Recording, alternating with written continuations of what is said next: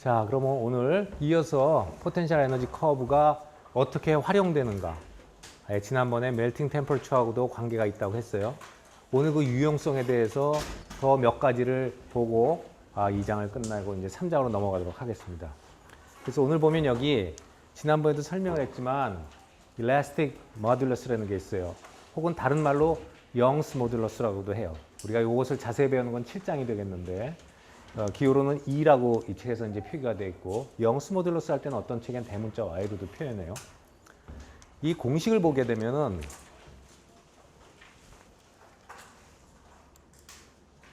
이 공식을 보게 되면은요 F가 로드입니다. 하중이에요. 그래서 F를 단면적, 초기 단면적으로 나눠준 값을 7장에서 배웠지만 우리가 스트레스라고 불러요. 여러분들 아시다시피 뭐 100kg 사람이 어디에 올라섰다 했을 때 바닥의 면적이 얼마냐에 따라 가지고 스트레스는 다를 거예요. 그죠? 스케이트 날 위에 서 있을 때하고 그냥 둥근 원판 위에 서 있을 때하고는 같은 100kg라도 스트레스는 달라집니다. 그래서 정확하게 공학적으로는 스트레스를 갖고 얘기해야 되고 그렇기 때문에 하중을 단면적으로 나눠준 값이 스트레스, 나중에 배우게 되면 시그마로 표현합니다. 그래서 이게 스트레스가 되고 스트레스는 여기가 Elastic Modulus라는 것은 이제 탄성 범위 안에서 쓸 수 있는 공식이에요. 탄성이라는 것은 응력이 제거됐을 때, 힘이 제거됐을 때 원상으로 돌아갈 수 있는 게 탄성이에요. 변형이 안 일어나고. 그래서 그런 경우에 이 탄성에 쓸 수 있는 식인데 이쪽을 우리가 시그마라고 해서 스트레스라고 하고 역률 곱하기 이쪽 초기 길이분의 늘어난 길이. 그러니까 힘을 가하면 잡아당기거나 늘어나거나 줄어들겠죠. 그래서 초기 길이분의 그 변형된 길이를 스트레인이라고 불러서 입실론으로 씁니다. 그래서 여기 보면 스트레스는 역률 곱하기 스트레인이다. 그러니까 스트레인과 스트레스 사이에는 응력을 가했을 때 재료가 늘어나거나 응축하는데 줄어드는데 거기에 비례상수가 Elastic Constant가 되겠어요. Elastic Modulus가 되겠어요. 그래서 여기 보면은 예를 들어서 초기 길이가 L0인 재료를 단면적이 A0인데 이걸 잡아당기게 되면 늘어나겠죠. 그랬을 때 델타 L만큼 늘어난다면 L0분의 델타 L에다가 이 재료의 Elastic Modulus를 곱해주면은 바로 스트레스가 된다 하는 얘기예요. 자, 이만큼의 거꾸로 얘기하면 스트레스를 가하면 이만큼이 늘어난다는 얘기죠. 그런데 그럼 Young's Modulus 혹은 Elastic Modulus는 그때 Potential Energy Curve에서 어디와 관련이 있느냐 했을 때 그때 Force Curve에서는 1차 미분이고 에너지 커브에서는 한 번 더 미분을 해야 되니까 Force를 여기 그 우물이죠. R0 근방에서의 커베이처라고 했어요. 그죠? 그때 커베이처라고 했어요. 그럼 여기를 보면 커베이처가 완만하고 여긴 커베이처가 깊죠. 그러니까 곡률 반경으로 치면 곡률 반경이 작고 곡률 반경이 여기가 큽니다. 이랬을 때 어떤 것이 Elastic Modulus가 크냐 하면 이런 것이 크다는 거죠. 이 값이 이 값이 큰 거예요. 그러니까 이 2차 미분한 것이 큰 것이 이 Young's Modulus 혹은 Elastic Modulus가 큰 재료다 하는 얘기예요. 예를 들어서 이것이 여러분들 알다시피 청력이 비슷하다고 할 때 이게 인력 부분인데요. 인력은 아래 뭐 보통 그 정전기력에선 제곱분의 1이지만 그것도 바뀔 수 있다고 그랬어요. 그러면 인력이 크다. 그래서 이게 뾰족해지면은 인력이 크면 이게 뾰족해지겠죠. 지수가 커지면 그러면 결과적으로 뜯기도 어려워질 거예요. 그래서 이게 뾰족한 재료는 강하다고 볼 수 있겠죠. 그러면 이런 재료가 이런 재료 포텐셜 에너지 커브 이런 모양을 갖는 거에 대해서는 잘 안 늘어나는 재료다. 그러니까 같은 힘을 가했을 때 이게 크기 때문에 같은 힘을 가했을 때 이게 스트레스를 가했을 때 이게 크기 때문에 스트레인이 작다. 즉 응력을 같이 가해도 잘 안 늘어나는 재료다. 멜팅 템퍼러처가 높은 재료가 결과적으로는 또 그런 것도 연관이 되겠죠. 그죠? 멜팅 템퍼러처가 높은 곳은 이 바인딩 에너지가 크죠. 지난 시간에 봤지만 그런 재료는 결과적으로 결합력이 강하니까 결합력이 강하면 스프링 컨스탄트도 강할 거고 그런 걸 잡아당기려고 하면 힘들 거예요. 다 연관이 되어진다는 얘기죠. 그래서 한번 다시 보게 되면은 예를 들어서 멜팅 템퍼러처하고도 다 관계가 되는데 멜팅 템퍼러처가 크다. 조금 전에 말했지만 멜팅 템퍼러처가 크다는 얘기는 이 바인딩 에너지가 크다는 얘기니까 이게 깊다는 얘기죠. 이거에 비해서 이게 멜팅 템퍼러처가 크죠? 그랬을 때는 당연히 이게 커지면 이쪽에 암의 그 지수 지수가 커지기 때문에 여기가 더 뾰족해지니까 이런 재료가 탄성 개수도 크게 된다. 그래서 다 연관성이 있다. 융점이 높으면 결합이 강하고 결합이 강하면 탄성 개수도 크게 된다 하는 포텐셜 에너지 커브에 일맥상통하는 점이 있어요. 그다음에 이제 또 하나 더 볼 게 이 thermal expansion이라는 게 있습니다. 열 팽창이에요. 조금 전에는 우리가 응력을 가해 가지고 밖에서 힘을 줘서 재료가 늘어났단 말이에요. 혹은 거꾸로 하면 줄어들겠죠. 늘어나는 쪽으로 생각을 합시다. 그러면 잡아당기면 늘어나요. 그런데 스트레스를 안 주고도 우리가 재료에다 열을 가하면 재료가 늘어나겠죠. 재료가 열을 가하면 늘어나는 거 몰라요? 늘어나죠. 자, 일반적으로 늘어납니다. 뭐 줄어드는 것도 있어요. 폴리머 같은 경우에는 줄어들 수도 있어요. 근데 일반 금속이나 이런 것은 늘어나죠. 그러니까 여름이 되면은 여러분이 알다시피 그 철로 기찻길을 보면은 그 이음매에다가 약간의 유격을 둬요. 왜?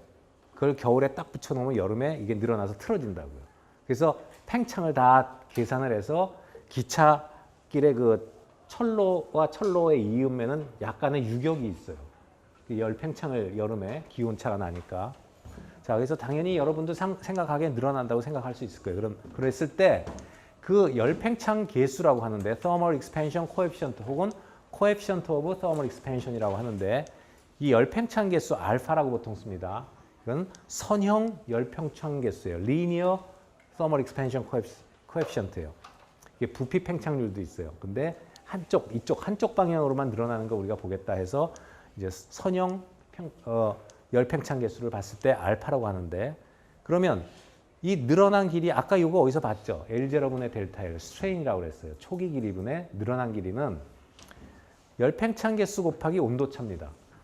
그러면 여러분이 이 단위 알겠죠? 이게 단위가 뭘까요? L0분의 델타 L 초기 길이분의 늘어난 길이 단위가 뭐죠?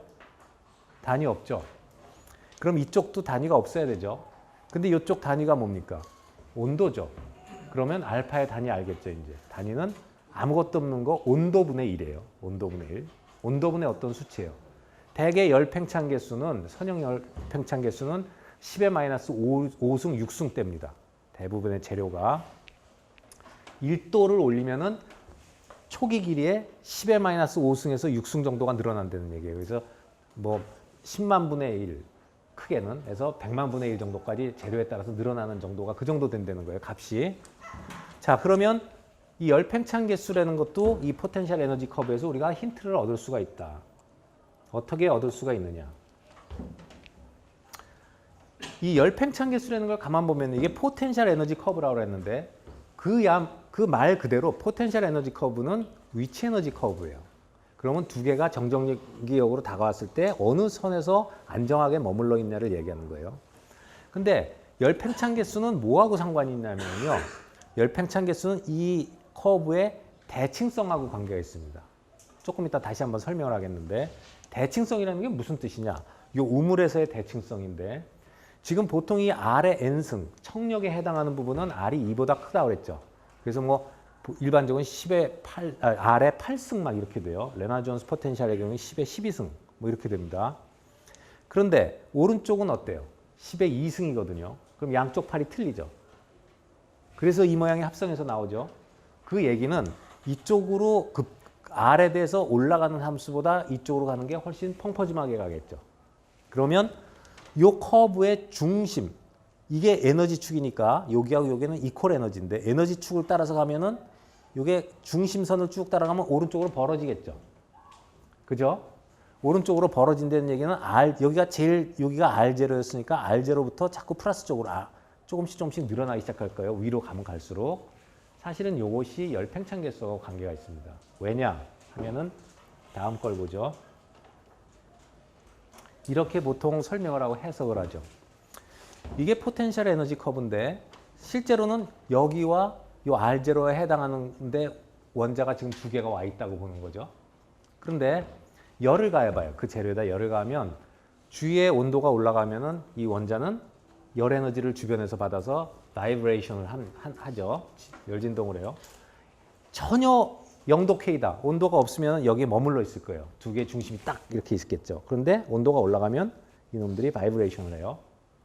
바이브레이션 할 때 보면 바이브레이션 한다는 것은 바이브레이션할 에너지가 더해지는 거니까 이게 에너지 축이니까 그 에너지를 갖다가 지금 T1일 때 여기서 요만큼 올라갔죠? T2일 때 온도를 자꾸 올려주면 올려줄수록 밑에서 점점 올라가는데 이퀄 에너지가 어딘가를 보세요. 이 점에서 실제로 가질 수 있는 것은 여기니까 이퀄 에너지가 여기하고 여기가 에너지가 같죠. 여기하고 여기가 에너지가 같죠. 여기하고 여기 에너지 같죠. 그러니까 온도가 올라가면 올라갈수록 에너지가 같은 점의 길이가 퍼져나가고 있죠. 커지죠, 점점. 그런데 이 얘기는 뭐냐면 쉽게 설명할 때 우리가 여기 있을 때는 멈춰 있던 게 이 온도에서는 바이브레이션을 하나를 고정되어 있다고 볼 때 여기서 바이브레이션 하는 거죠. 이렇게 흔들리고 있는 거예요. 이 X축으로만 보니까 지금 선형 팽창 계수하고 관계되니까 이쪽으로 움직인다고 보면 여기하고 여기하고 움직일 때 그 중간 부분이 그 우리가 민 포지션 얘기했죠. 그 중심점이. 그러면 요 점과 요 점의 중간점이 될 거예요. 온도를 더 올려주면 이 점과 이 점의 중간점이 될 거예요. 그럼 여기서 어떻게 보이죠? 온도를 올려주면 올려줄수록 주변의 온도가 올라가면 올라갈수록 이 중간점이 R0부터 바깥쪽으로 멀어나가고 있죠. 멀어지고 있죠. 바로 그것이 열팽창 개수죠. 왜 그러냐면 중심 간의 거리가 온도가 올라갈 때 점점 벌어지고 있으니까. 팽창하고 있는 거죠. 맞습니까? 이해가 돼요? 얘기 안 하고 싶어요? 이해가 되죠? 자, 그래서 요것이 이 포물선이 만약에 좌우가 대칭이 된다면 중심점이 바뀔까요? 안 바뀔까요? 안 바뀌어요. 그러니까 대칭에서 얼만큼 벗어나느냐가 결국 이 재료가 열팽창 개수가 크냐 작으냐를 결정해주는 판단의 근거가 되는 거죠. 알겠습니까? 예. 그래서 비대칭성으로부터 이 열팽창 개수를 우리가 예상할 수 있다, 예측할 수 있다. 근데 요거의 암은 아까 아래 뭐 우리가 이번에 여기서 할 때는 이제 정전기력 했으니까 아래 제곱분의 1이고 이것은 뭐 아래 몇 승분의 1이었잖아요. 그러니까 이게 양쪽의 그 지수가 이런 두 개의 지수 함수를 봤을 때 지수가 크게 차이가 나면 비대칭성이 커지겠죠. 그 다음에 또 하나 여러분이 생각해 볼 게 뒤에 나오지만 미리 한다면 아까 앞에서 본 것처럼 만약에 이건 지금 바인딩 에너지가 이만큼이잖아요. 근데 바인딩 에너지가 작은 재료가 있다고 합시다.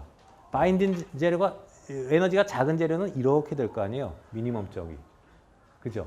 이렇게 될 거 아니에요. 상대적으로 그리면. 여기가 바인딩 에너지가 작을 테니까. 자, 그럼 여러분이 그냥 생각할 때 이렇게 된 거하고 이런 재료하고 열팽창 개수가 어떤 게 커 보여요? 어떤 게 온도에 민감할까요? 벌어지는 각도가. 아무래도 이게 펑퍼짐한 게 더 조금 온도가 갈 때 잘 퍼지겠죠. 위쪽에서 노는 재료가. 그럼 여러분이 생각을 할 때 바인딩 에너지가 큰 재료하고 작은 재료를 비교하면 큰 재료는 아까도 말했지만 탄성 개수도 크니까 잘 안 늘어나잖아요. 그리고 결합이 강하죠. 그럼 열을 가해도 어떻겠어요? 잘 안 늘어날 거 아니에요. 융점이 낮은 재료들은 어때요? 결합력도 약하고 열을 가하면 잘 늘어나려고 하겠죠. 그러니까 상식적으로 지금 그냥 우리가 보편적으로 생각할 수 있는 거와 이 포텐셜 에너지 커브로 해석하는 거하고 맥락이 같죠. 그래서 융점이 낮은 재료보다 융점이 큰 재료가 더 열팽창 개수가 작을 가능성이 크다. 그럼 우리가 아이오닉 본딩, 메탈릭 본딩, 코밸런트 본딩에서 다 융점과 반딩의 관계를 봤어요. 그러면 그냥 일반적인 얘기지만 어떤 반딩에서 그 열팽창 개수가 크고 작은지를 대충 알 수가 있겠죠. 그런 힌트들이 여기서 지금 나오는 겁니다. 그 열에 대한 재료의 열에 대한 특성은 나중에 17장 가서 공부하게 돼요. 이런 것들이 다시 나와요. 서멀 익스펜션에 대한 게 다시 나와요. 열 충격이라든가 이런 것들은 17장 가면 2학기 때 다시 공부하게 됩니다. 자, 여기 하나 보면은요. 우리가 초기에 L0라는 재료가 있어요.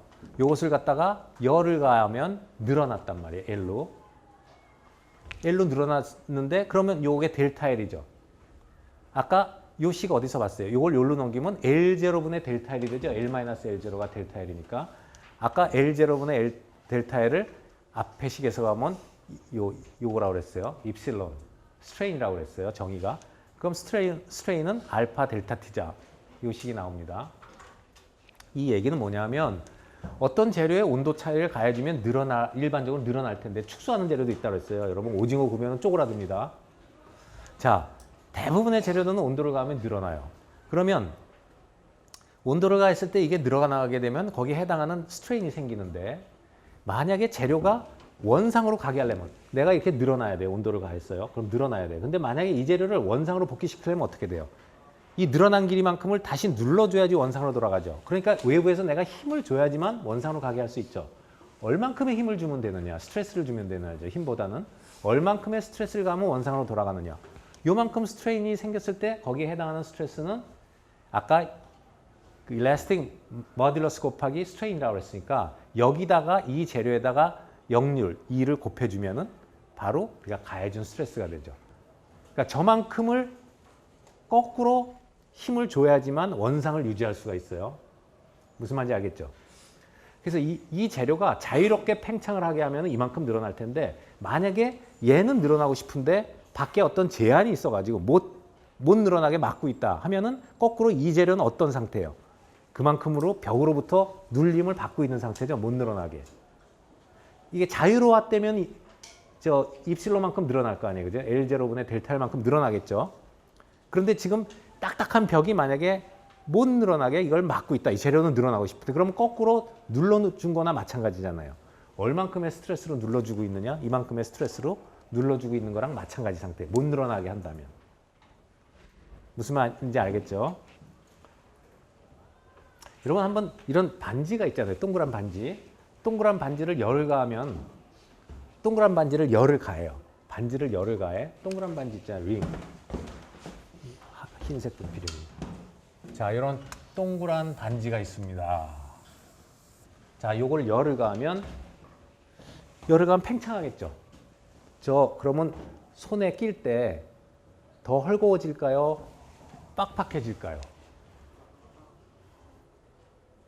결과적으로 무슨 얘기예요? 요 다이아미터가 주냐 느냐 하지 않아요. 어떻게 될 것 같아요? 열을 가하면 반지에다 열을 가했어. 손에다 끼면 뜨거워서 못 끼겠지만 그 상태로 식으면 다시 원상태로 가니까 자 뜨거운 반지를 끼울 수 있다. 그럼 지름이 늘어날까 줄어들까? 예? 어떻게? 간단한 것 같지만 한번 생각해봐요. 어떻게 될 것 같아?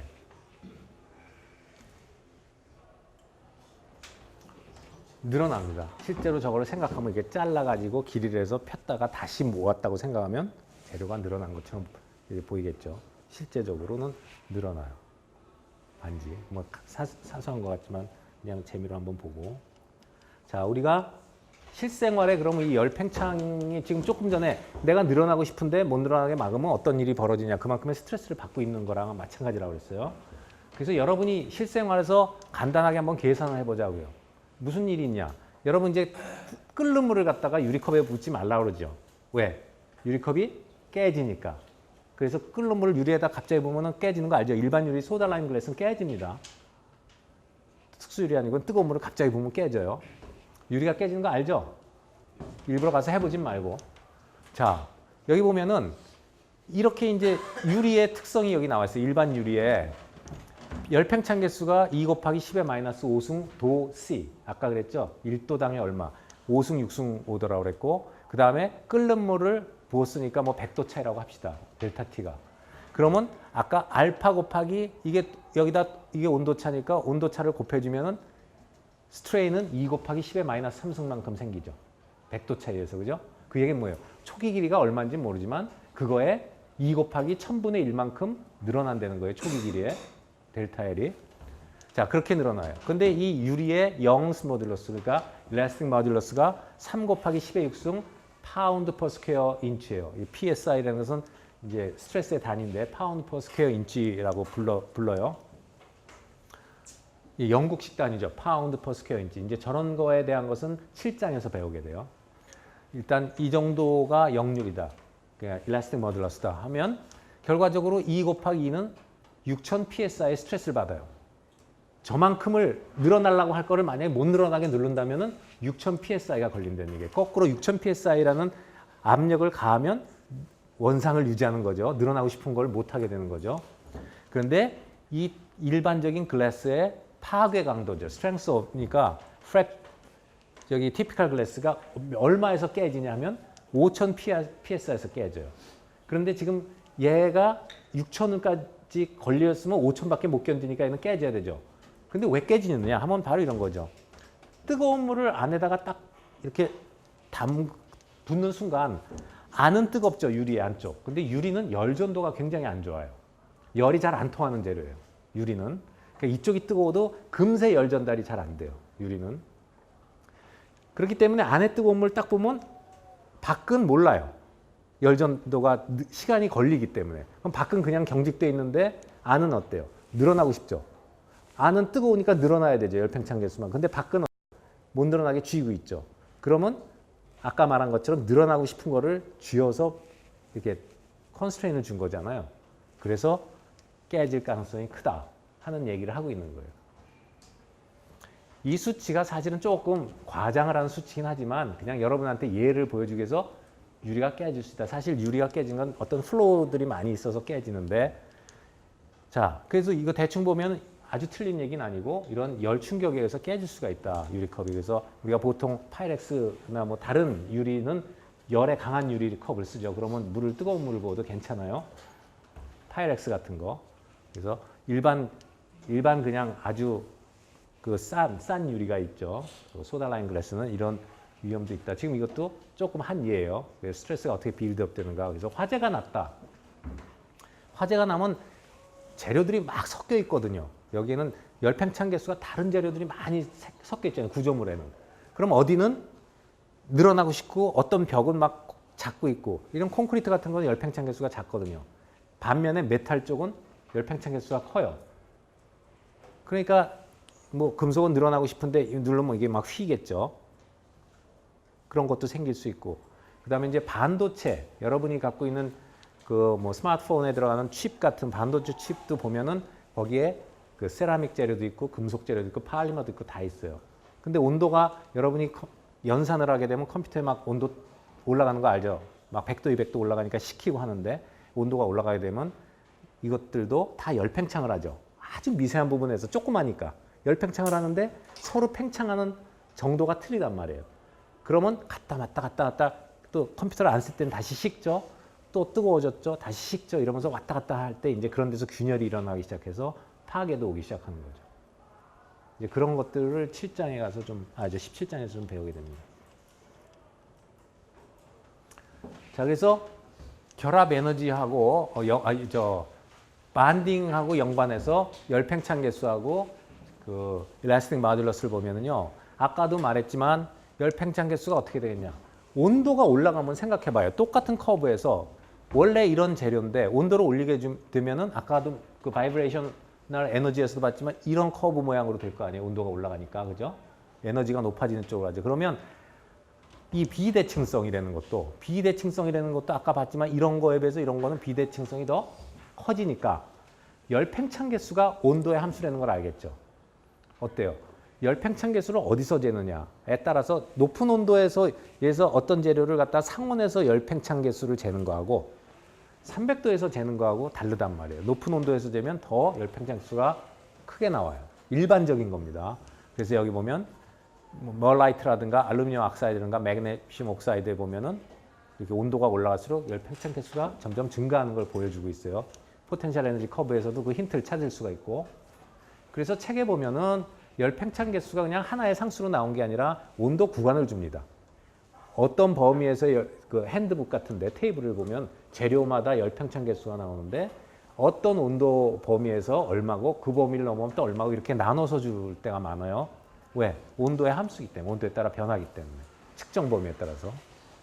그다음에 역률도 마찬가지죠. 역률도 요 커베이처이기 때문에 커베이처도 깊을 때가 크고 여기가 작아지니까 그 아까 말한 일라스틱 머듈러스하고 영스 머듈러스하고 혼용해서 막 쓰니까 제가 왔다 갔다 하는데 일라스틱 머듈러스도 여기가 크고 여기가 작아요.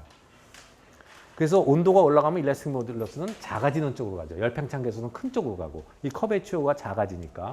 그래서 그 증거로 여기 보면 이런 매그네슘 옥사이드가 앞에 있었는데 줄어들고 있고 카파라든가 알루미늄 다 온도가 올라가니까 줄어들고 있는데 하나 아이언, 철의 경우에 아이언의 경우에는 좀 다르죠. 다른 것들하고. 여기서도 줄어들어요. 줄어들고 근데 갑자기 점프를 했다 줄어들죠. 이것은 이제 의문을 가질 텐데 이제 3장에서 배우게 되는 이제 시동을 거는 거죠. 3장에서 이걸 배우는 거예요. 그래서 결과적으로 뭐냐? 같은 철인데 구조가 다른 거예요.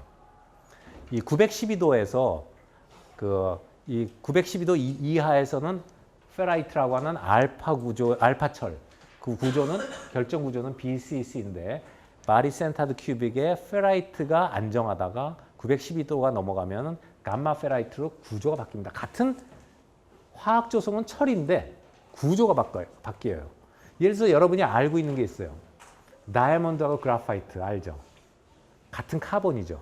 근데 다이아몬드의 구조와 그래파이트의 구조는 다르고 여러분이 이미 알겠지만 다이아몬드는 sp3 하이브리드 반딩을 하고 그래파이트는 흑연 sp2를 결합을 해요. 그런데 두 개가 다 같은 카본이에요. 우리가 이걸 폴리모르피즘 동질 다상이라고 그러는데 같은 물질의 상이 다르다. 그래서 동질 다상 폴리모르피즘이라는 전문 용어를 쓰는데 여기에는 그런 게 있는 거죠. 근데 구리나 알루미늄은 그런 게 없어요. 그러니까 그냥 가지만 여기서 뭐가 바뀌었죠? 구조가 바뀌니까 다음 장에서 배우겠지만 구조가 바뀌면 모든 특성이 바뀌어 버립니다. 그래서 여기서 일라스틱 모듈러스도 한번 점프를 해요. 하지만 어쨌든 그 같은 이 구조를 갖고 있는 영역에서는 일라스틱 모듈러스가 온도가 올라가니까 감소하더라. 이런 일반적인 우리가 해석하고 맞는다 하는 거를 여기서 알 수가 있어요. 알겠죠? 자, 이렇게 해서 한 2주 정도를 거쳐서 이제 2장의 마지막 서머리가 왔는데 2장에서는 재료의 이제 결합에 대해서, 즉 반딩에 대해서 배웠어요. 그래서 반딩을 보면 이제 재료는 세라믹, 메탈, 팔리머 이렇게 세 가지로 대표적으로 볼 수가 있고요. 그래서 보면은 세라믹은 아이오닉이나 코밸런트 반딩을 한다고 그랬고, 메탈은 메탈릭 반딩, 팔리머는 코밸런트. 알죠? 인트라 체인에서는 코밸런트 반딩을 갖고 인터 체인에서는 세컨더리 반딩을 갖고 있다 그랬어요. 그래서 여기 보면 이게 결합력이 크기 때문에 융점도 크고 그 일라스틱 모듈러스도 크고 그 대신 열팽창 개수는 작고 결합이 강하니까 잘 안 늘어나죠. 온도가 가도. 그다음에 메탈은 다 중간이고요. 그다음에 팔리머는 주로 이 특성이 코밸런트 결합에 의해서 결정이 되는 게 아니라 체인이 떨어지는 세컨더리 반딩에 의해서 특성이 좌우된다고 그랬죠. 그래서 보면은 세컨더리 반딩이 다미네이트하고 그러다 보니까 그 융점 TM이 돼야 되는데 융점도 낮고 T라고 써 있는 TM 융점도 낮고 일라스틱 모듈러스 작고 그 대신 잘 늘어나죠. 그래서 여러분이 이 열팽창 개수가 별거 아닌 것 같지만 열팽창 개수도 중요한 게요. 우리나라에서도 여러분 표준 시간도 있고 표준 무게도 있고 표준 길이도 있고 다 그래요. 그럼 예를 들어서 자 같은 게 있죠. 여러분이 뭐 30cm 자 갖고 정확하게 측정을 할 필요가 있잖아요. 근데 자가 열팽창을 하잖아요. 재료가. 그러면 예를 들어서 우리나라가 시베리아에 철도 건설을 한다고 합시다. 무슨 건설회사가. 그 쇠를 여기서 잘라가서 이제 공수할 거 아니에요. 여기서 딱 잘라갔는데 우리하고 거기하고 온도차가 많이 나잖아요. 시베리아하고. 추운 지방에서 하면 누가 납품 비례했나요? 띄어 먹었나? 재료? 하니까 다 계산해서 재단해서 잘라갖고 왔는데 뭐 몇백 킬로 철도를 연결하다 보니까 몇백 미터가 모자라. 왜 그래? 열팽창 개수죠. 그리고 거기 가서 자를 재보니까 맞아. 여기 있는 자가 갖고 가서 거기서 재면 맞아요. 그렇기 때문에 이런 게 사소한 것 같지만 점점 정교한 이런 과학이 발전하면서 표준 시간도 정확해야 되고 표준 자, 길이, 표준 랭스죠. 그 다음에 뭐 표준 웨이트 이런 것들이 굉장히 중요하거든요. 그래서 우리도 이제 그 대전에 있는 표준과학연구소 같은 데는 그 표준에 대해서 갖고 있어. 뭐 시계도 세시움 그 시계를 쓰고 해서 정확한 시간이라든가 이런 걸 해야 돼요. 그러면 자도 그런 거에 대해서 항상 그 터멀 익스펜션에 아주 전혀 그 뭐죠? 그런 거를 받지 않는 그런 예를 들면 터멀 익스펜션 코에피션트가 제로인 자 같은 거가 필요하겠죠. 그러면 이건 유니버설한 룰러니까 어딜 가더라도 이건 정확하죠. 열팽창에 상관없이. 그렇다면은 예를 들어서 카운파지 15장에서도 배우겠지만 뭐 그거 아니더라도요. 열팽창이 문제가 되면 열팽창 개수가 큰 재료와 혹은 네거티브 열팽창 개수를 갖는 재료를 만약에 찾아서 합성을 한다면 우리가 잘하면 열팽창을 재료로 만들 수가 있겠죠. 실제적으로 열팽창이 쓰이는 부분이 그 웨일 부분이에요. 여기는 여러분이 도식화해서 이렇게 했지만 여기는 굉장히 온도가 높은 거고요. 실제적으로는 이 부분, 요 부분에서 아주 그때도 얘기했지만 훅스로우, 그러니까 탄성 일라스틱 머듈러스가 적용되는 분도 R0 근방이라고 그랬잖아요. 대부분의 특성이 R0 근방을 얘기하고 있는 거예요. 근데 여러분한테 좀 이걸 잘 보여주기 위해서 좀 과장을 한 거죠. exaggerate해서 이런 쪽에서 보여주겠지만 실제로는 그 웨일 근방에서 일어나는 일들이에요. 근데 그거 아주 민감한 거죠. 그러니까 여기서 조금 바뀌는데도 열팽창 개수가 10의 마이너스 6승, 5승, 어떤 건 7승 하지만 한 10의 마이너스 6승 정도의 값을 갖는다고. 100만 분의 1. 그러니까 여기서 조금 올라갔을 때 여기로 틀어지는 게 100만 분의 1이라는 얘기예요. R0분의 델타 L이 100만 분의 1 정도다. 그러니까 거의 대칭이죠. 100만 분의 1 눈으로 보이겠어요? 그렇지만 그 조그만 차이가 큰 일을 생기게 할 수가 있는 거죠. 자, 오늘은 2장은 여기서 끝내도록 하고요. 가장 1학기 때 중요한 챕터가 2장, 3장, 10장이라고 그랬어요. 여러 번 반복해서 얘기하지만 또 3장에 대해서도 여러분이 처음 들어요. 그 화학 2를 배운 사람들은 여기 결정 구조를 좀 배우더라고요. 고등학교 때 화학 2를 선택한 사람은 결정 구조를 좀 배웠지만 대부분의 학생은 아마 처음 듣는 걸 거예요. 그래서 3장은 뭐냐? Structure of Metals and Ceramics. 4장은 폴리머의 구조입니다. 팔리머. 아까 재료가 세 가지 주로 대별해서 세라믹, 메탈, 팔리머인데 팔리머의 구조는 따로 4장에서 취급을 해요. 이 책에서. 근데 우리는 아마 3장 다음에 5장으로 건너뛰게 됐는데 뛸 겁니다. 그래서 메탈과 세라믹에 대한 구조를 배우는 겁니다. 자, 이건 뭐냐? 발전을 보면은 1장에서 소개를 했고 2장에서 결국 원자 하나를 공부를 했죠. 그래서 원자 주위에 전자가 어떻게 있는 걸 본 다음에 그런 원자끼리 어떻게 결합을 하는가를 봤죠. 그래서 뭐 아이오닉 번딩, 메탈릭 번딩 이런 걸 봤는데 3장은 전개가 어떻게 되느냐. 이러한 원자들이 하나가 아니라 이제 2개, 3개가 아니라 무수히 많아요. 뭐 예를 들면 1몰이면 아보가드로수니까 10의 23승계만큼이 모여서 고체를 이루죠. 그럼 우리가 관심 있는 건 고체이기 때문에 이런 원자들이 어떻게 그 고체를 수많은 원자들이 어떻게 그 결합을 해서 고체를 이루는가를 보는 겁니다. 3장은. 이제 덩어리가 되는 거죠. 우리가 드디어 관심 있는 고체 덩어리로 오는 거예요. 그런데 그 중에서 뭘 보냐? 원자가 규칙성을 가지고 결합하고 있는 것을 공부하는 겁니다. 여기서 이제 보는 것은 전부 결정 구조예요. 그래서 원자가 여기 있으면 계속해서 반복적으로 이게 붙거든요. 이 어떤 결정 형태를 갖고 원자들이 어떤 재료들이 어떤 결정 형태를 갖는가를 공부하는 게 이 챕터의 목적이에요. 그래서 여기 보면 뭐 어떻게 원자들이 서로 assemble 모여서 고체 구조를 이루냐. 그 다음에 메탈의 구조와 세라믹의 구조는 어떻게 다르냐. 그리고 이것들이 density, 비중하고 어떤 연관이 있느냐. 구조와. 그 다음에 어떤 방향에 따라서 물성이 어떻게 달라지느냐. 뭐 이런 것들을 이 챕터를 통해서 공부한다는 얘기고요.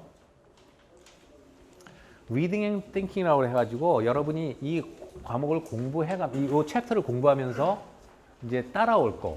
따로 이런 것을 공부하는구나 하면서 좀 머릿속에서 정의를 분명히 하고 이해를 하고 할 것들이 뭐냐면 레티스가 뭐고 유니트 셀이 뭐냐. 이 챕터는 특히 용어들이 많이 나와요. 새로운 용어들. 전문 용어들. 그래서 여러분이 구조와 관련된 전문 용어들이 나오기 때문에 용어를 많이 외워야 돼요. 여기 보면 레티스도 처음 들을 거고 유니트 셀도 아마 처음 보는 사람이 많을 거고요. 그 다음에 메탈 스트럭처는 어떤 것들이 있느냐. 여기 보면 뭐 SC는 심플 큐빅인데 BCC 조금 전에 봤죠. 철에서 BCC, FCC, HCP 이런 구조를 배우게 되고 그 다음에 아이오닉 크리스탈, 세라믹은 대개 아이오닉 반딩을 하니까 이게 금속의 구조라면 세라믹의 구조. 그 다음에 밀러 브라베이 레디스라는 인디시스라는 게 있어요. 밀러 브라베이라는 사람이 그 어떤 우리 공통으로 쓸 수 있는 결정을 표현할 수 있는 방법에 대해서 지수를 만들어 놓은 게 있어요. 이걸 공부해야 되고 그 다음에 Seven Crystal System, X-ray Diffraction 이런 것들을 3장을 통해서 공부합니다. 이게 하나하나가 거의 키워드가 될 거예요. 그래서 여러분이 공부하면서도 내가 어딜 배우고 지금 지나가고 있나 그래서 이 워드에 충실하게 이해를 해야 될 거예요. 자, 그래서 출발은 이 챕터에서 우리가 배울 것은 메탈의 구조와 세라믹의 구조라고 그랬어요. 그래서 메탈 구조는 메탈릭 반딩을 하는 것들이죠. 근데 왜 메탈을 먼저 출발을 하느냐? 그리고 이 메탈이 굉장히 중요한데, 메탈은 일단 댄스 패킹을 하려고 하죠. 이건 특징이에요. 메탈의 특징. 메탈은 그때도 말했지만 디렉셔널 반딩이 아니기 때문에 넌 디렉셔널이죠. 그래서 여기서 막 붙으면 되니까 메탈은 많이 붙을 수가 있어요. 그래서 댄스해요. 반대로 코밸런트 반딩은 방향성이 있기 때문에 아무 데서나 올 수 있는 게 아니라 특정한 공유할 수 있는 방향에만 원자가 오기 때문에 성겨요, 원자들이. 그래서 가벼울 수가 있어요, 덴시티가. 그 다음에 이 메탈을 공부하는 이유는 메탈은 하나의 원자, 하나의 원소로 구성이 됐죠. 구리 그러면 다 구리죠. 사이즈도 똑같은 그 당구공 같은 그런 것들로 구조를 이루기 때문에 가장 간단해요. 원소가 하나밖에 없기 때문에. 물론 이제 합금이라는 게 있어요. 알로이. 합금은 거기다 다른 첨가 금속 물질을 집어넣기 때문에 두 가지가 섞이지만 기본은 다 이거예요. 그래서 모든 반경이 같은 하나의 원소로 그 금속 결합이 돼 있기 때문에 금속에 대해서 공부하는 이유가 있고요.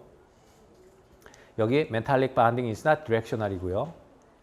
그 다음에 뭐 nearest neighbor에 대한 얘기는 조금 이따가 저게 뭔가는 공부하게 될 겁니다.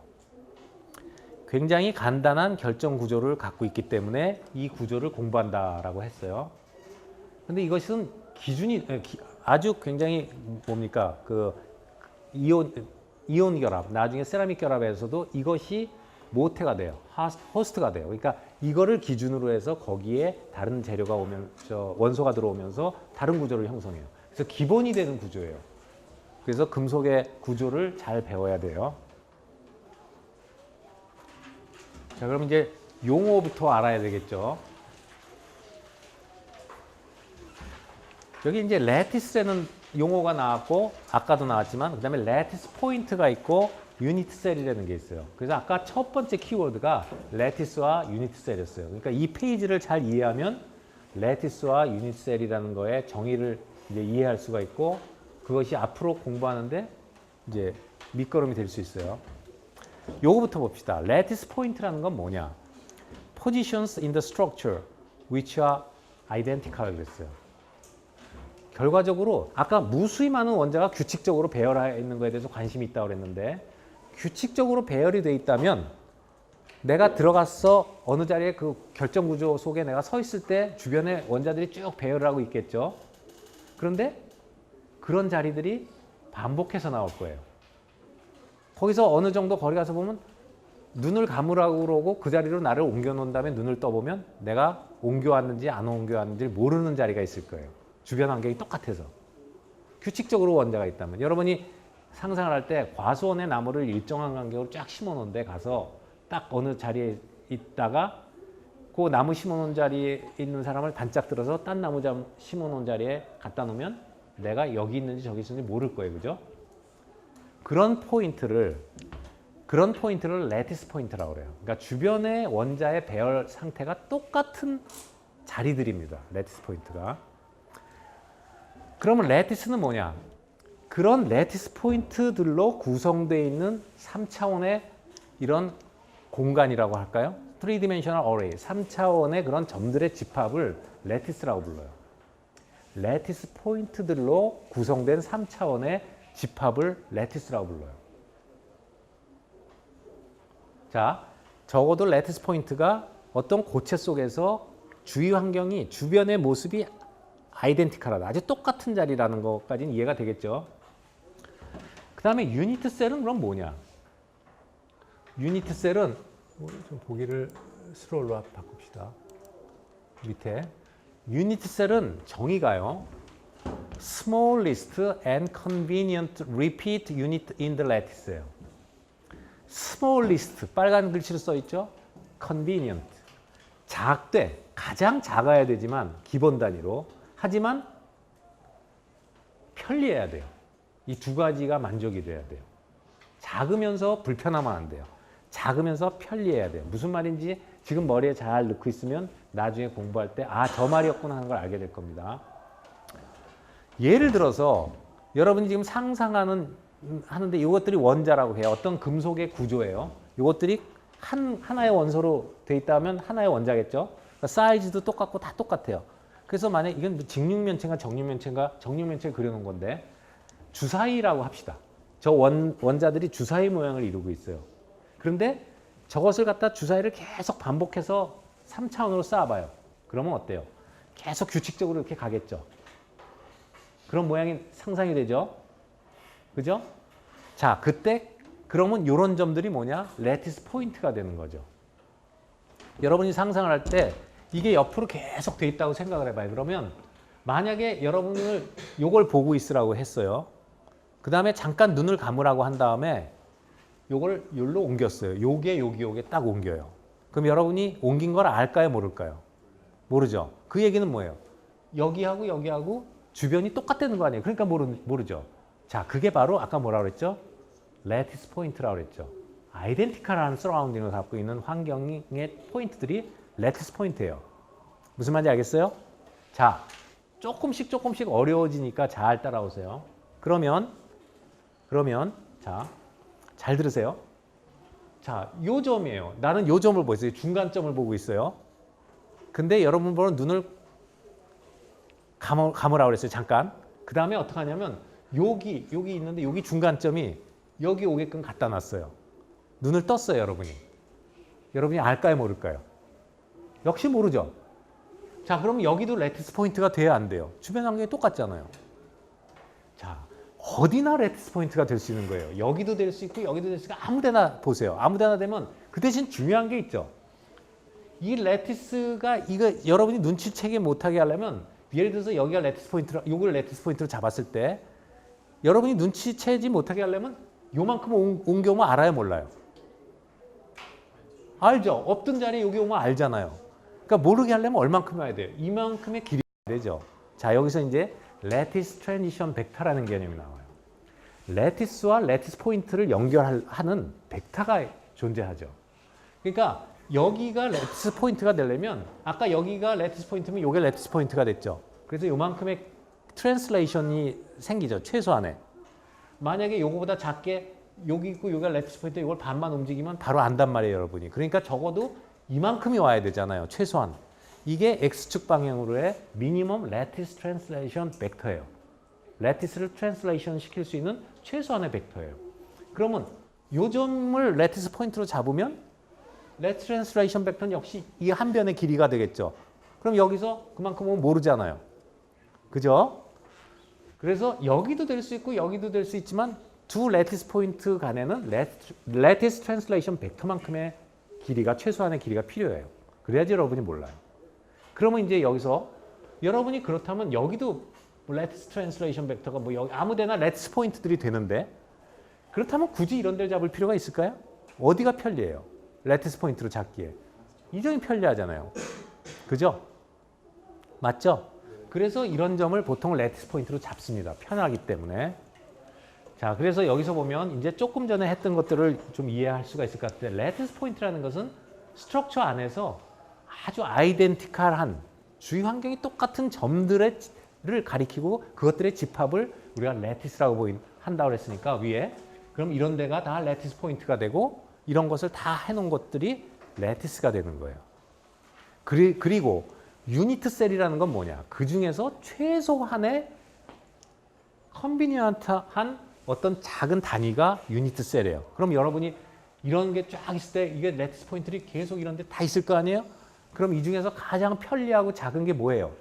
바로 이 작은 주사위죠. 이것이 유니트 셀이 되는 거예요. 그럼 유니트 셀의 특징은 뭐냐? 이 유니트 셀을 계속해서 반복해서 쌓으면 전체 구조가 나오는 거죠. 전체 구조를 대표하는 구조예요. 어딜 가나 이 모양이 있어요. 알겠죠? 저 멀리 가서 봐도 이 모양이 있죠. 규칙성이 있기 때문에 저 밑에 가도 이 모양이 있죠. 어딜 가도 이 모양이 있어요.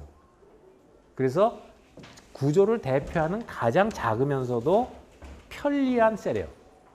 편리하다는 뜻은 여기서 봤을 때 아무 의미가 없는 것 같지만 나중에 보면요 나옵니다.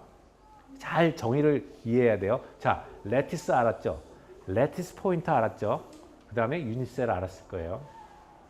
그리고 레티스 포인트와 레티스 포인트를 잇는 것은 전부 레티스 트랜슬레이션 벡터로 돼요. 그러니까 이쪽 방향으로 여기 있는 원자도 이쪽 방향으로 n배의 이 레티스 트랜슬레이션 벡터 최소한의 이쪽 벡터를 a라고 하면 그거에 n배 a만큼 가면 되죠.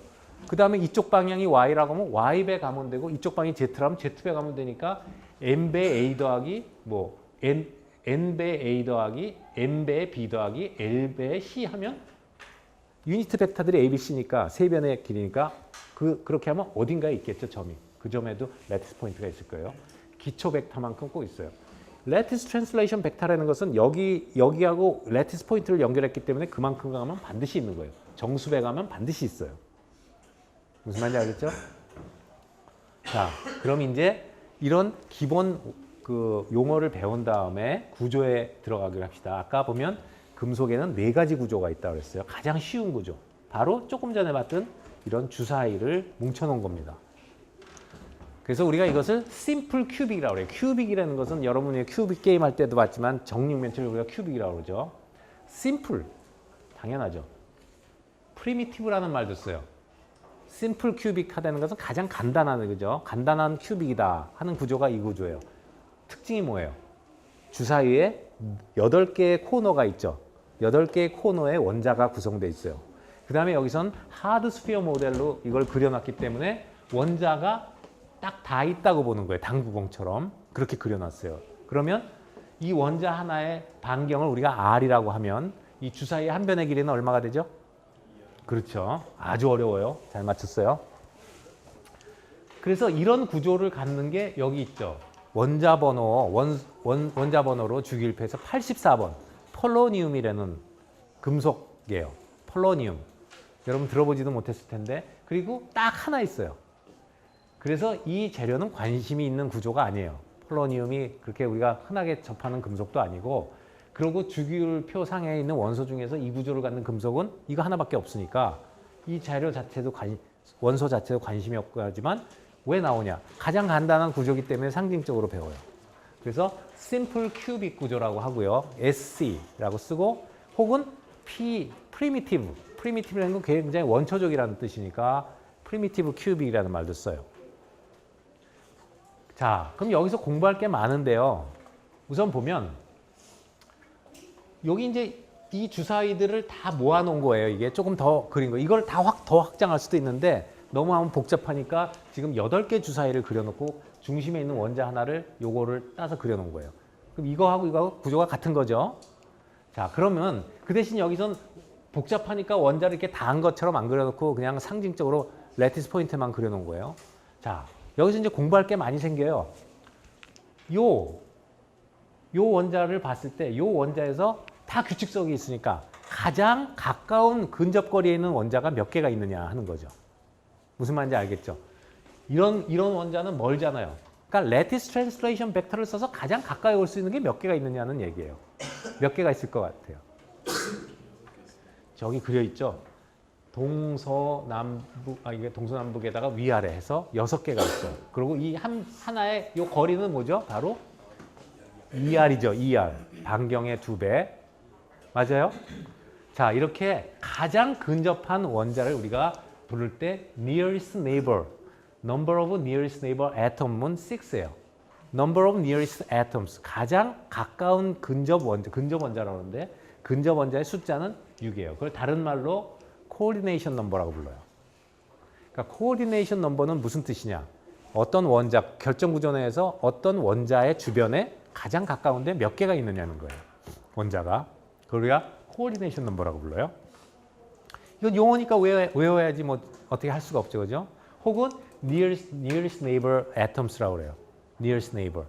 가장 이웃하는 원자들 숫자가 몇 개냐? 다 6이에요. 그러면 여러분은 여기서 nearest neighbor하고 coordination number가 6인데 또 공부할 게 뭐가 있냐? 그러면 second nearest neighbor가 있겠죠. second nearest neighbor는 거리가 얼마고 그 거리에는 몇 개가 있느냐? 이런 문제가 있겠죠. 그러면 third는 몇 개가 있느냐? 이런 얘기가 또 나오겠죠. 자, 그런 것들이 공부하는 겁니다. 공간에서, 구조에서. 그럼 이런 구조를 도대체 왜 배우냐 하는 거죠. 메탈에는 지금 심플 큐빅, 무슨 BCC, 바디 센터드 큐빅, 페이스 센터드 큐빅, 헥사고널 크로스 팩트 스트럭처 이런 것들인데 왜 배우냐? 신기하게도 같은 결정 구조를 갖는 다른 원소들로 하더라도 결정 구조를 같은 구조를 갖는 재료들은 물성이 비슷한 특성들이 많이 나와요. 결정학적으로. 그러면 그게 무슨 얘기냐면 기존에 이런 결정 구조를 갖는 거를 우리가 잘 알아서 이게 무슨 구조인지를 알고 어떤 특성을 갖는지 알면 예를 들어서 주기율표에도 그렇죠. 저 100번대 넘어가면은 합성한 원소들이 나와요. 인위적으로 자연에 존재하지 않는 원소가 나오듯이 우리가 여러 물질을 섞을 수가 있잖아요. 결합을 해서 인위적으로 이런 구조를 만들어낼 수가 있는 거죠. 새로운 재료. 그래서 그런 구조를 만들어내면 우리가 예측할 수 있죠. 아, 이게 이런 구조를 가지면 이런 특성을 가질 수 있을 것이다. 실제로 뭐 나중에 보면 압전 특성이라든가 뭐 여러 가지 정기적 특성이라든가 뭐 이런 특성이 나오는데 특정한 결정 구조에서만 나와요. 그런 게. 그럼 우리가 만든 재료가 이해를 해서 아, 이런 구조에서만 이런 게 나오는구나. 그리고 우리가 만든 재료를 봤을 때 이런 구조가 안 나오면 아, 여기는 이런 특성이 없겠구나. 혹은 거꾸로 어떤 새로운 걸 내가 합성해서 봤더니 이런 구조가 나왔다 그러면 아, 이런 특성이 있겠구나. 이런 게 가능하겠죠. 그래서 같은 구조를 갖는 재료들은 특성의 유사성이 있어요. 그래서 배우는 거죠. 여러 가지 특성에서. 자, 그래서 first nearest neighbor가 몇 개고 second nearest neighbor가 몇 개고 이런 걸 알 수가 있고요. 또 하나는 실제적으로 이걸 주사위를 그렸을 때 이 원자를 하나 보면은요. 이 유니트 셀에 원자가 몇 개가 있을까요? 유니트 셀이라고 배웠죠. 주사위. 안에 원자가 몇 개가 있어요? 8개? 아니죠. 이 사과 하나가 실제적으로 이 주사위를 그려놓으면 주사위 안에 차지하는 부피는 8분의 1쪽이죠. 그런데 코너가 몇 개가 있어요? 8개가 있으니까 8분의 1쪽 곱하기 8은 1개예요. 자, 그래서 심플 큐빅에는 한 그 유니트 셀 안에 레티스 포인트가 하나가 있고요. 그리고 레티스 포인트 하나마다 원자가 하나 있기 때문에 원자가 하나가 있습니다.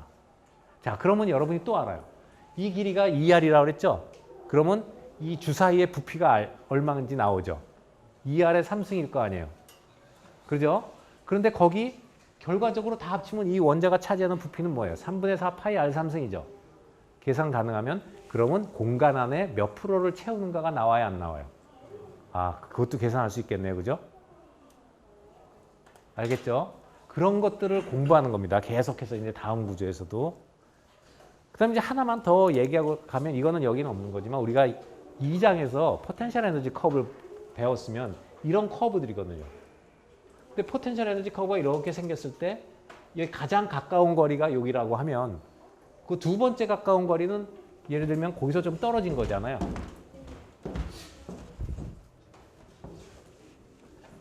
하얀색 분필이 여기 있네. 포텐셜 에너지 커브가 이렇게 있었잖아요. 자, 지금 저기 원자를 중심에서 하나서 봤을 때 저 빨간 원자 저쪽에 그려놓은 거 거기서 가장 가까운 거리에 가장 가까운 거리 계산할 수도 있어요. 얼마인지. 이게 아까 2R이라고 그랬죠. 가장 가까운 거리에 원자가 몇 개 있어요? 6개가 있다고 그랬죠. 여기에. 그럼 6개가 있어요. 이게 이 바인딩 에너지가 우리가 E0라고 하면 6개만큼이 마이너스가 있어요. 자, 그 다음에 두 번째 거리는 루트 2배의 거리에 뭐 몇 개가 있겠죠. 8개라고 합시다. 그럼 루트 2배의 거리니까 2R에 루트 2배 하면 이 정도 되죠. 여기에 몇 개가 있어요? 8개라고 합시다. 두 번째가. 그럼 8개가 있다 하면 8개 곱하기 이건 입실론 제로가 아니죠. 여기 뭐 2완이겠죠. 그죠? 자, 그러면 세 번째 거리에 또 몇 개가 있겠죠. 자, 그러면 네 번째도 몇 개가 있겠죠. 쭉 한다고요. 그러면 결과적으로 뭡니다. 이 원자를 하나 저 구조 안에서 뜯어내려면 뜯어내서 무한대로 보내려면 에너지가 얼만큼 필요한가 알 수 있을까요? 없을까요? 어떻게 하면 돼요?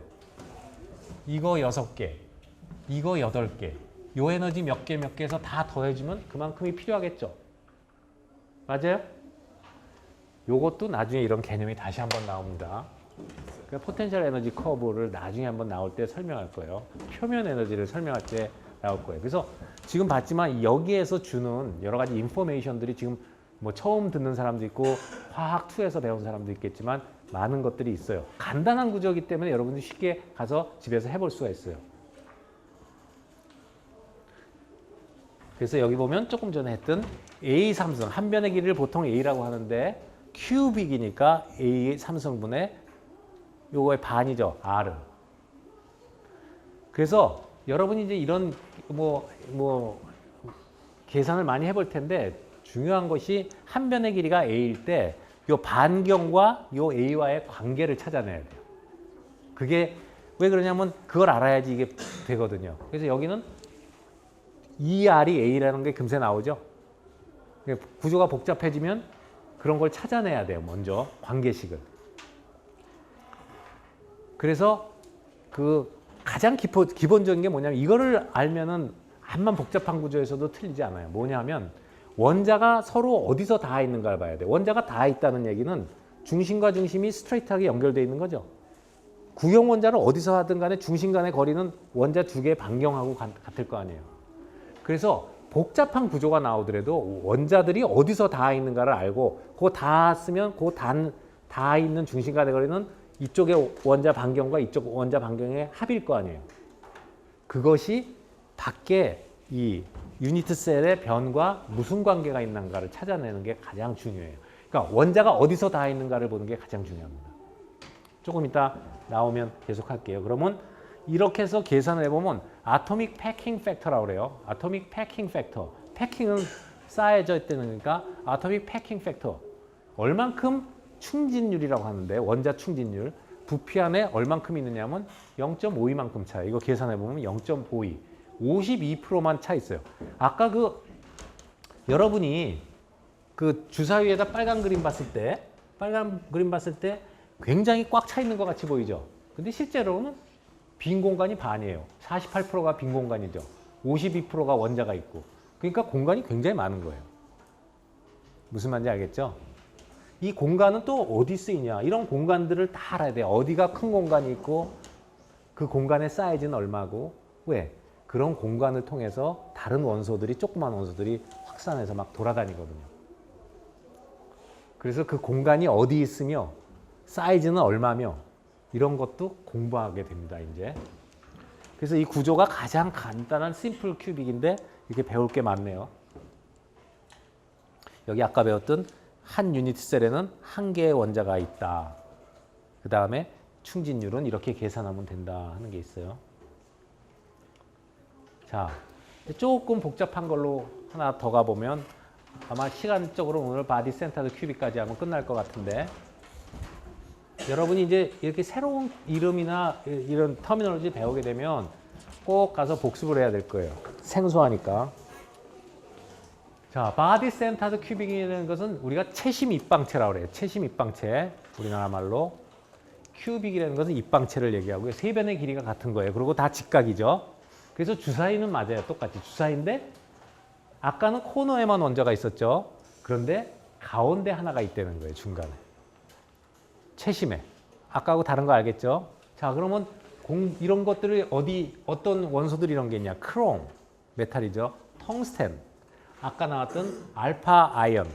이걸 우리가 페라이트라고 부른다고 2장의 끝 무렵에 배웠는데 알파 아이언이 BCC 구조예요. 그 외에도 뭐 탄탈륨, 몰리브데늄 많은 금속들이 BCC의 구조를 갖고 있어요. 그러면 여러분이 크롬하고 텅스텐하고 철하고 원자의 사이즈가 같을까요? 틀릴까요? 당연히 틀리잖아요. 전자의 수도 틀리고. 그럼 구조는 이거예요. 근데 뭐가 틀린 거예요? 한 변의 길이가 틀린 거죠. 그래서 한 변의 길이가 틀린 데다가 크롬을 갖다 놓으면 이게 크롬의 구조고 한 변의 길이가 철이 되면 철이 되고 텅스텐이면 텅스텐이고 하는 거예요. 그래서 길이는 틀리지만 저 모양이에요, 다. 그래서 여기의 특징은 뭐예요? 원자가 아까 어디 닿아 있는가가 가장 중요하다고 그랬죠? 항상 그거부터 보라고 그랬어요. 어디서 붙어 있나? 자, 아까는 이게 붙어 있었는데 여기 지금 붙어 있지 않죠? 한 변에서 두 개가 붙어 있나요? 이런 데 가서 따지기 시작하면 이제 3000% 빠지는 거예요. 여기 보면 이게 이 A하고 이 두 개 사이의 관계가 안 나오거든요, 여기서. 근데 어디서 나오냐? 어디서 닿아 있어요? 이 대각선이 닿아 있죠, 이게. 이쪽 코너에서부터 이쪽 코너. 주사위의 대각선 방향을 딱 보면 닿아 있죠. 그럼 대각선이 이 하나의 반경을 R이라고 하면 무슨 R? 2R? 4R이죠. 여기 R, 가운데 2R 해서 4R이에요. 4R이 뭐하고 같아요? 루트 3a랑 같죠. 자, 아까도 말했지만 어디서 닿는가를 보고 그것이 한 변하고 어떤 관계가 있는가를 찾아내는 게 제일 우선이에요. 내가 이제 조금 있으면 숙제를 한번 내줄 텐데 거기 보면은 그런 거를 해야지만 풀 수 있는 문제들이 있어요. 그래서 이거를 이렇게 보면 복잡하니까 여기다 레티스 포인트에다만 이렇게 그려놨어요. 그러면 이렇게 보면은 여기 보면 이런 식으로 돼 있어요. 그러면 이 점에서도 이렇게 보면은 이 점이 이렇게 되면은 여기서 이게 이렇게 갔을 때 이 옆에 있는 중심이 일로 들어오게 돼요. 뭐 밑에서도 올 수 있고. 그래서 이걸 우리가 채심이라고 그래요. 채심 입방체. 그래서 모든 애톰은 아이덴티컬하고 the central atom is shaded differently only for ease of viewing이라는데 이걸 다른 색깔을 칠한 걸 내가 빨간색으로 다시 바꿨으니까 이건 말이 안 되네. 어쨌든 코오디네이션 넘버는 아까 뭐라 그랬냐면 옆에 붙어 있는 원자가 몇 개냐 했을 때 몇 개죠? 8개라는 게 보이죠? 자, 그 다음에 8개라고 그랬고 여기에 이제 한 유닛셀에 원자가 몇 개가 들어가 있느냐 하면은 아까하고 틀리죠? 몇 개가 들어가 있죠? 한 유닛셀의 원자가 2개가 들어가 있죠. 원자가 가운데 하나 있고 그러면 아까 심플 큐빅을 보면은 가장 상상을 해보세요. 그 안에 가장 큰 공간이 어디 있을까 하면은 이 가운데 공간이 가장 클 거예요. 근데 BCC에서는 가운데 원자가 딱 있죠. 가장 큰 공간이 딴 데로 바뀌었죠. 여러분이 이제 이런 것도 봐야 돼. 어디가 공간이 이런 가장 큰가? 왜 그러냐면 어떤 원자들이 이렇게 돌아다니려고 할 때 다른 원자들이 뭐 작은 원자들을 넣었을 때 확산하려면 공간이 있는 대로 움직일 거 아니에요. 근데 심플 큐빅에서는 가운데가 크니까 이하면 큰 공간으로 움직이기가 쉽잖아요. 근데 여기는 BCC에서는 일로 못 움직여요. 그럼 다른 공간이 어디가 있는가? 이런 공간의 위치도 공부를 해야 됩니다. 그래서 아토믹 패킹 팩터를 보면 아까 루트 3a죠. 루트 3a가 4라고 갔다. 이 관계식이 가장 중요하다고 그랬죠. 이것만 알게 되면은 그 다음은 쉬워요. A3승분의 3분의 4 파이 R3승이 2개가 있죠. 그죠? 그러면 충진율이 몇 프로가 나오냐 하면 아토믹 패킹 팩터가 몇 프로가 나올까 이 계산이. 여기 본처럼 68%가 나옵니다. 68%. 아까 몇 프로였죠? 심플 큐빅? 52%였어요. 그러니까 BCC가 되니까 더 치밀해졌죠. 68%를 채워요. 그럼 여러분이 만약에 같은 무게라고 하면 심플 큐빅보다는 BCC가 덴시티가 어떨 것 같아요? 덴시티가 커지겠죠. 더 충진도가 크니까. 그만큼 공간이 32%밖에 없다는 거예요. 공간이. 아까는 48%가 공간이었는데 32%로 줄었어요. 자, 여기까지가 이제 BCC에 대한 얘기가 되겠어요. 그럼 오늘은 여기까지 하고 다음 시간에 계속해서 FCC, HCP 점점 어려워집니다. 구조가 공부하도록 하겠습니다. 수고했어요.